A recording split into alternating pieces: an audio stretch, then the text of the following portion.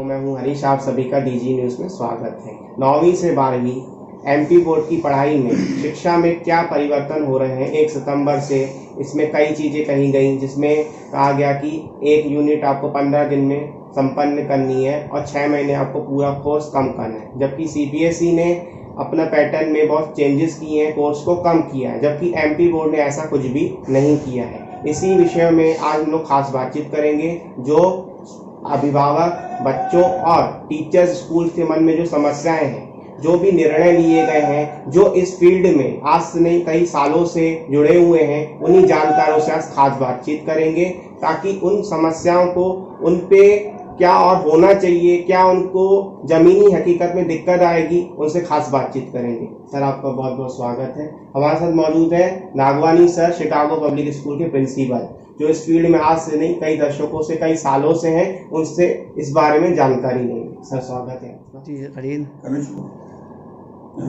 मैं DG news का धन्यवाद देता हूं कि इस प्रश्न पे, इस चीज़ पे आपने बातचीत शुरू की। 1 सितंबर से माध्यमिक शिक्षा मंडल मध्य प्रदेश भोपाल के बच्चों के लिए नई व्यवस्थाएं दी गई, जिसकी घोषणा 20 अगस्त को एक वीडियो कॉन्फ्रेंस के माध्यम से आदरणीय जुलानिया जी, जो माध्यमिक शिक्षा मंडल बोर्ड के चेयरमैन हैं, उन्होंने दी और उस मीटिंग में मैं भी था। तो मैं आप दर्शकों को बताना चाहूँगा कि अगर हमारे बच्चे कक्षा 9वीं, 10वीं, 11वीं, 12वीं में पढ़ रहे हैं, तो 1 सितंबर से लेके आते 6 महीनों में उनके कोर्स को कंप्लीट किया जाएगा।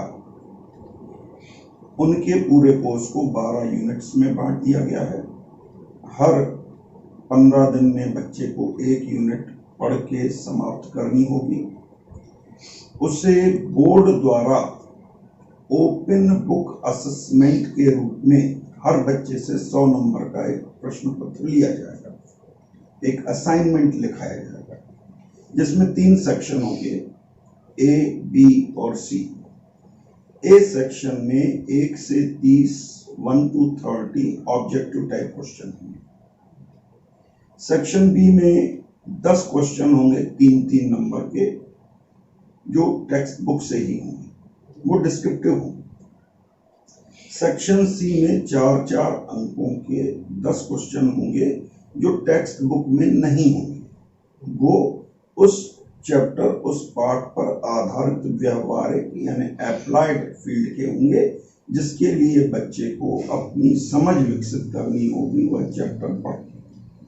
चूंकि ये ओपन बुक असेसमेंट है, तो बच्चा किताब की पूरी मदद ले सकता है, अपने टीचर्स की पूरी मदद ले सकता है, अपने वरिष्ठ जनों की, नेट की, फेसबुक की, गूगल की, यूट्यूब की, एनसाइक्लोपीडिया की, कहीं से भी मदद ले सकता है और उसे एक गिवन टाइम पीरियड में वह असाइनमेंट लिखकर अपने शिक्षक के पास जमा कराना। अब वो शिक्षक उस असाइनमेंट को जांचेगा और उसकी नंबरिंग करेगा। उस टोटल असाइनमेंट के 100 नंबर में 75 नंबर स्कोर करना जरूरी होंगे, क्योंकि ओपन बुक असाइनमेंट है, केवल पास नहीं करना, आपको 75% मार्क्स लाना है और तीनों सेक्शन में लाना है, आपको वो तीनों सेक्शन में लाना है। और इस तरह से 12 चैप्टर्स या 12 असाइनमेंट लिखेंगे हर विषय के। अगर आप सफलतापूर्वक आपने 12 के 12 क्लियर कर लिए तो बहुत अच्छी बात है। अगर कहीं एक में रुक गए, आप स्कोर नहीं कर पाए, तो आपको एक मौका और दिया जाएगा। और अगर आप वो भी नहीं कर पाए, तो आपका कैंडिडेचर उस गिवन क्लास में समाप्त कर लिया जाएगा बोर्ड के द्वारा। इस नई व्यवस्था के तहत 3 सोपान है, एक है बच्चा, एक है शिक्षक, एक है स्कूल। ये शासकीय और अशासकीय दोनों विद्यालयों के लिए समान रूप से व्यवस्था लागू है। हर बच्चा अपने आप को इंटरनेट के माध्यम से, मोबाइल के माध्यम से बोर्ड के साथ नामांकित होगा, रजिस्टर होगा, अपने मोबाइल की मदद से वो रजिस्टर होगा। हर स्कूल के सब्जेक्ट टीचर को भी अपने आप को रजिस्टर करना पड़ेगा। और तीसरा, स्कूल जो है वो इन दोनों को एनओसी देगा या स्वीकारेगा यहाँ ये बच्चे हमारे यहाँ रजिस्टर हैं। बच्चे उन असाइनमेंट को करेंगे, हर बच्चे का क्वेश्चन पेपर असाइनमेंट का अलग होगा, रैंडमाइज होगा। मतलब दो बच्चों के, किसी क्लास के दो बच्चों के पेपर एक जैसे नहीं होंगे। कुछ क्वेश्चन समान हो सकते हैं पर उनका क्रम अलग हो सकता है और उनका कैलिबर अलग हो सकता है। स्कूल उन टीचर से अंकों को लेके और बोर्ड को प्रेषित करेगा। बोर्ड में उसकी पोस्टिंग होगी, कापियां फिर बच्चे को वापस कर दी जाएगी। इस किस्म की व्यवस्थाएं प्लान की गई हैं। सर, इसमें जो शासकीय स्कूल है या शासकीय स्कूल है, इसमें क्या अभिभावकों और टीचर और स्कूलों को क्या प्रभाव पड़ेगा, ये थोड़ा सा। देखिए, आपने बहुत चुभता हुआ प्रश्न पूछा है। शासकीय चाहे अशासकीय स्कूल, पूरे मध्य प्रदेश के बच्चों की हम बात करें जो 9वीं 10वीं 11वीं 12वीं के बच्चे हैं, तो उसमें लगभग 70 से 80% बच्चे ग्रामीण क्षेत्रों से हैं, जहां मोबाइल की उपलब्धता नहीं है। अगर मोबाइल है तो इंटरनेट नहीं है, इंटरनेट है तो नेटवर्क नहीं है, नेटवर्क है तो रिचार्ज नहीं है। ऐसे में वो 60-70% बच्चे नियमित रूप से अपनी पढ़ाई कैसे कर पाएंगे, वे बोर्ड से कैसे जुड़े रहेंगे। ऐसा ही शिक्षकों के लिए भी है, चाहे वो शासकीय चाहे अशासकीय। उनके लिए हमने उनके रोल और रिस्पॉन्सिबिलिटी को फिर से रिडिफाइन कर दिया। यहाँ भी एक है कि बोर्ड ने यह कहा, जुलानिया जी ने यह कहा कि अगर शिक्षक पूरी तरह से एफिशिएंट नहीं पाया जाता, उस पर भी नजर रखी जाएगी, उसके वैल्यूएशन पे नजर रखी जाएगी। अगर वो एफिशिएंट नहीं है तो हम उससे कहेंगे कि आप ट्रेनिंग कीजिए, हफ्ते की 15 दिन की अपने खर्चे पे ट्रेनिंग कीजिए। उसके बाद भी अगर आप उस योग्य नहीं पाए जाते तो बोर्ड आपको बोर्ड कक्षाओं में पढ़ाने के लिए 3 साल के लिए रेस्टिकेट कर देगा, और चूंकि रेस्टिकेट कर देगा तो उस स्कूल से उस सब्जेक्ट का टीचर कम हो गया, तो उसे तुरंत एक दूसरा टीचर अपॉइंट करना पड़ेगा। और अगर वह नहीं कर पाया तो उस गैर सरकारी स्कूल की या शासकीय स्कूल की मान्यता को समाप्त कर दिया और उनके बच्चों को उठा के हम निकटस्थ सरकारी स्कूल में ट्रांसफर कर देंगे। ऐसी बोर्ड की व्यवस्थाएं बन रही हैं। तो ले दे के बच्चों के लिए, अभिभावकों के लिए, शिक्षकों के लिए इस नए तंत्र से जूझना एक बहुत मशक्कत का काम होगा, मेरा ऐसा मानना है। सर, इसमें जो ये व्यवस्था लागू की जाए 1 सितंबर से, क्या ये आगे भी चलती रहेगी? क्या ये 6 महीने के लिए है? और दूसरा सर, क्या हमारे स्कूल्स, हम देखें सरकारी स्कूलों में वैसे ही टीचर कम हैं, शिक्षक नहीं है और फिजिकल तो पढ़ाई हो नहीं पाती है, तो क्या सर सरकारी स्कूल तैयार है या फिर सर जो अशासकीय स्कूल है, प्राइवेट स्कूल है, क्या सर वो उतना मतलब सपोर्ट कर पाएंगे? देखिए हरीश जी, हर चीज के 2 पहलू होते हैं, अच्छे भी बुरे भी। इस व्यवस्था का अच्छा पहलू ये है कि बच्चे को साल भर पढ़ना है, सभी चैप्टर पढ़ना है, पूरे से पढ़ना है, कोई ओमिशन नहीं है, कोई चीज हमने कोर्स में कम नहीं। टीचर को एफिशिएंट होना पड़ेगा। सरकारी तंत्र में अगर टीचर कम है, मान लीजिए मेरे पास के एक सरकारी स्कूल में हिस्ट्री का टीचर नहीं है, तो उसमें बड़ी अच्छी व्यवस्था यह है कि कहीं दूर कोई हिस्ट्री का टीचर है, हम बच्चों को उसके साथ अटैच कर दें, यानी बच्चों को एक टीचर मिल गया, भले ही वर्चुअली या डिस्टेंट मोड में बच्चों को टीचर मिल गया, बच्चों का मूल्यांकन हो रहा।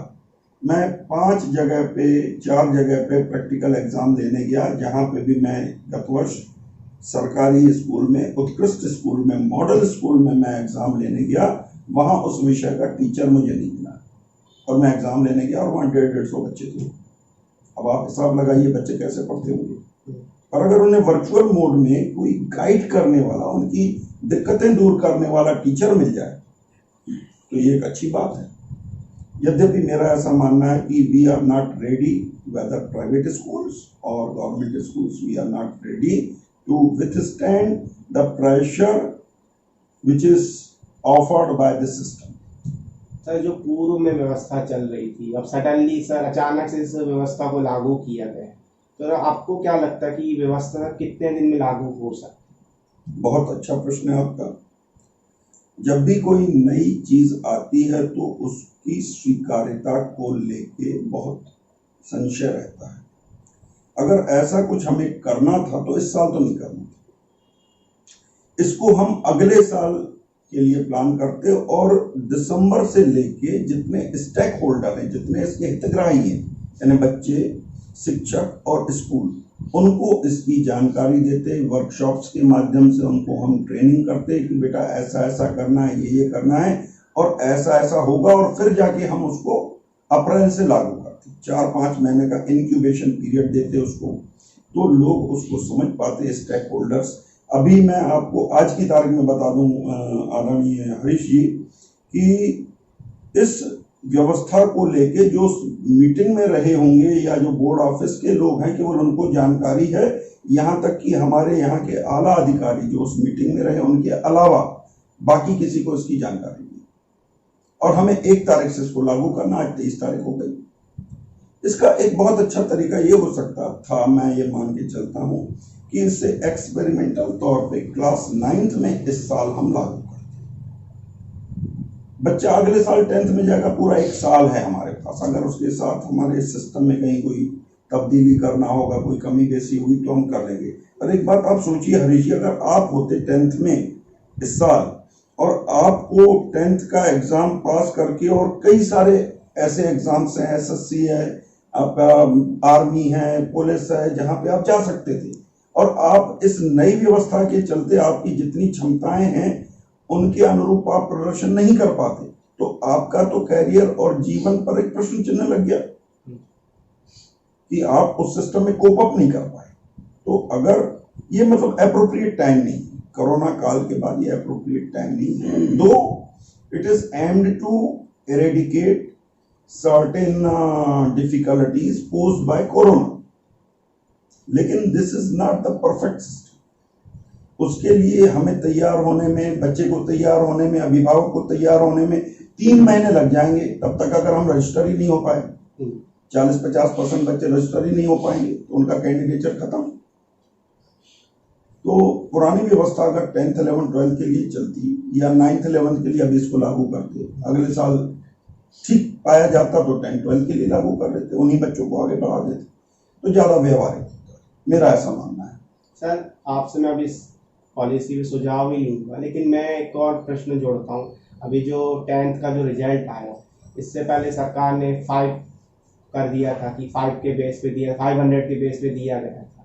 तो सर जो उससे पहले स्टूडेंट्स हैं, जब हम लोग का बैच था तब 600 आउटकम निकाला जाता था, उसमें सर जैसे अभी कोई पोस्ट निकली वो सेंट्रल लेवल की थी, तो सर उसमें 600 से मांग रहा है, मतलब जो स्टूडेंट्स है 600 आउटकम मांग रहा है। लेकिन सर जो अभी व्यवस्था थी कि 500, लेकिन अब जो सर रिजल्ट आया कोरोना में वो सर 300 या 400 कर दी हिंदी इंग्लिश में। तो सर उन बच्चों के लिए क्या माध्यमिक शिक्षा मंडल को व्यवस्था करेगा, या जो सर एग्जाम अभी निकलेंगे चाहे वो रेलवे का हो, चाहे सर पोस्ट ऑफिस का, या सेंट्रल लेवल में जो सर उनका 600 ही होता है, इससे ज्यादा भी होता है, सर उनके लिए क्या ये खतरा नहीं है सर? हाँ बिल्कुल ठीक बोल रहे हैं आप। गत वर्ष या पिछले 2-3 सालों में हमारे बच्चे जो क्लास 10th करके गए हैं उन्हें ऑल इंडिया लेवल पे फाइट करने में दिक्कतें आई, और कई सारे बच्चों ने अपने कैरियर के सुंदर जो मौके थे वो गंवाए, बेस्ट ऑफ 5 पद्धति से। लेकिन मैं ऐसा मान के चलता हूँ कि इस कोरोना काल के चलते पूरे देश में इस किस्म की चीजें हुई, चाहे वो बिहार हो, चाहे यूपी हो, चाहे राजस्थान हो, चाहे MP हो, तो सरकार उसका कोई ना कोई इस बैच के बच्चों के लिए, इस पर्टिकुलर 19-20 के बच्चों के लिए कोई ना कोई व्यवस्था जरूर निकालेगी। और अभी आपने सुना होगा एक नेशनल बोर्ड बना दिया गया कॉम्पिटिटिव एग्जाम्स का, और उसका जो रिजल्ट होगा वो सभी नौकरियों में 3 साल तक वैलिड होगा। तो शायद ये उसके लिए ही ऐसी कुछ व्यवस्था भी बनाई गई है। तो शासन सजग है, ऐसी बात नहीं है, लेकिन हमें व्यवहारिक होना पड़ेगा। हम AC रूम्स में बैठ के प्लानिंग करें और उसे तपती जमीन पे उतारने की जो व्यवहारिक दिक्कतें आती हैं उनको ध्यान में न रखें तो उचित नहीं।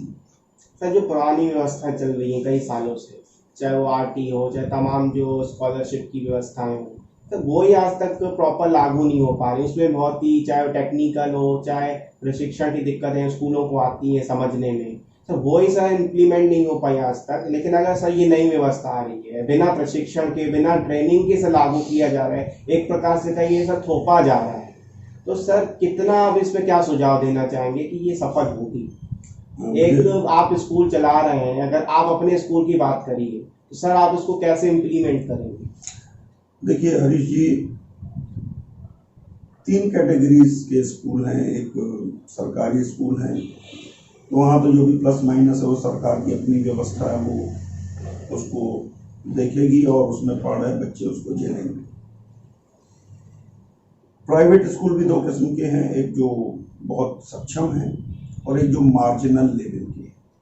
तो जो मार्जिनल लेवल के हैं, जो बोर्ड की आवश्यकताओं को, उनके मापदंडों को, मानदंडों को बॉर्डर से फुलफिल करते हैं, वो इस नई व्यवस्था के चलते उनकी मान्यता पे संकट है, खतरा है कि अगर कहीं भी कोई भी ऊंच नीच हुई तो उनकी मान्यता खत्म हो जाएगी।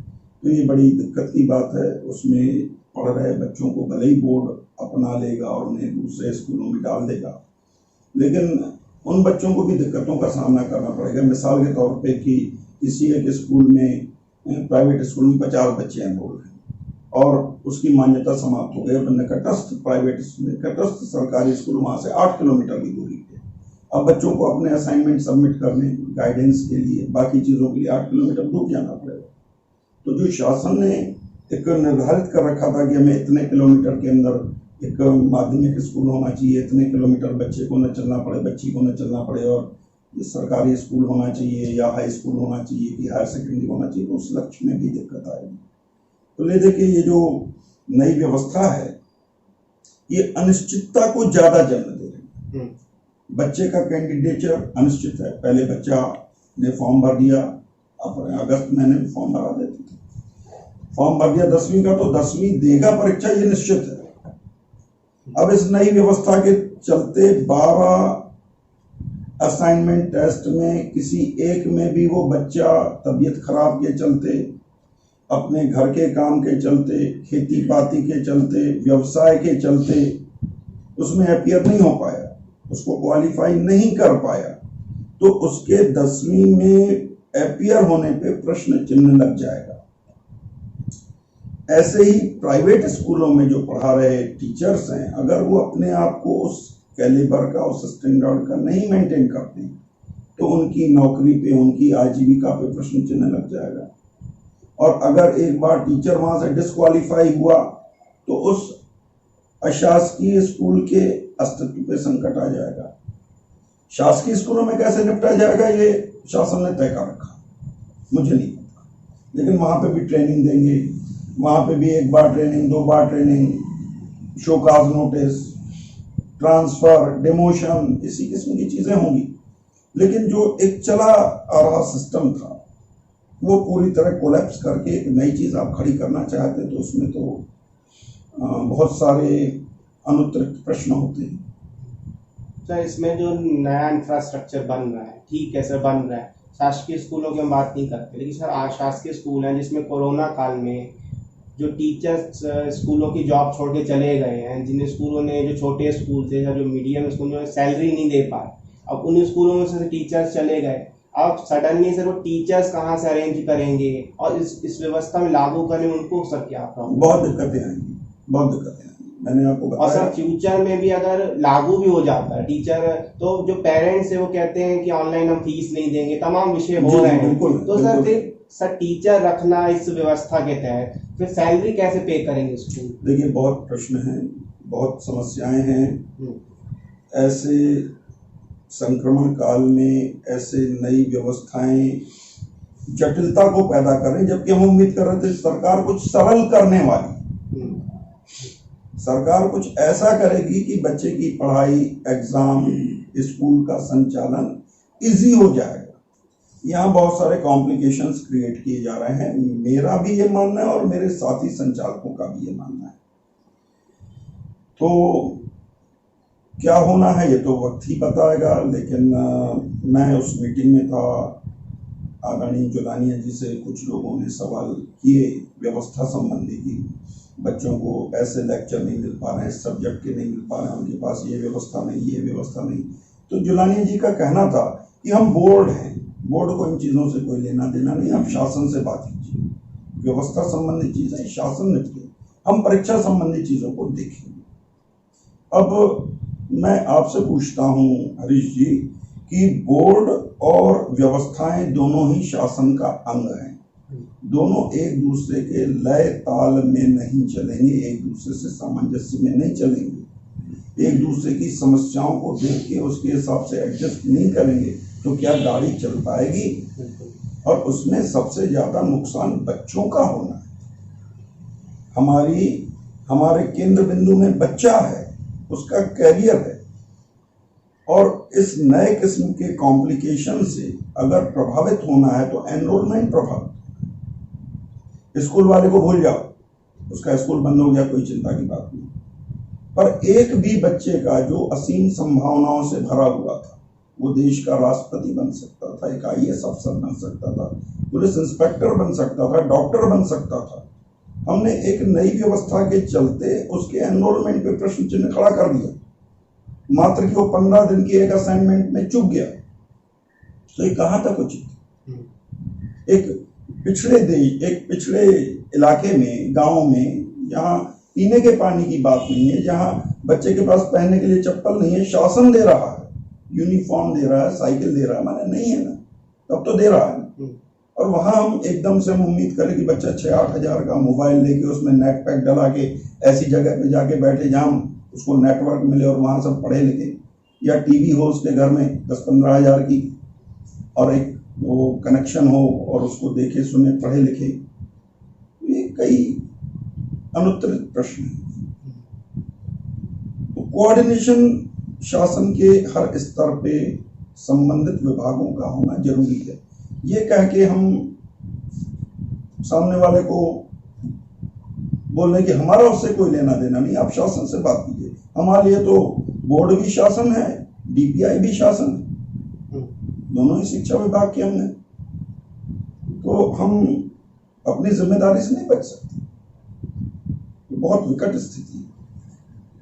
बहुत बहुत धन्यवाद सर आपका DG न्यूज़ से जुड़ने के लिए। तो कोरोना काल में ये उम्मीद थी कि शायद व्यवस्थाएं और सरल की जाएगी, सरलीकरण की जाएगी, लेकिन यहाँ तो व्यवस्थाओं को जटिल करते जा रहे हैं। और या ग्रामीण क्षेत्रों में कैसा इंफ्रास्ट्रक्चर है शासकीय स्कूलों का, ये आप जानते हैं। अभी हम जो नई शिक्षा नीति आई है उस पर भी हम एक वीडियो बनाएंगे ताकि आपके जो सुझाव आ रहे हैं और जो समस्या है वो भी दूर हो जाए। लेकिन जो मौजूदा स्थिति है, जो 1 सितंबर से ये व्यवस्था लागू होनी है, उस पर बात करना पहले जरूरी था। हमने कई गांव में भी जब हम फील्ड पे गए तो हमने देखा कि वहाँ कॉमर्स का स्ट्रीम ही नहीं है। अगर आर्ट्स और साइंस है तो बच्चों को 20-20, 30-30 किलोमीटर चल के गाँवों से प्लस स्कूलों में आना पड़ा, क्योंकि वहाँ के उनको कॉमर्स फील्ड या कॉमर्स स्ट्रीम नहीं मिल पा रहा है। खैर, बहुत सी समस्याएं हैं। अब शासन से यही उम्मीद है कि वो उसको सरल करे, ना कि और जटिल करे। बने रहिए हमारे।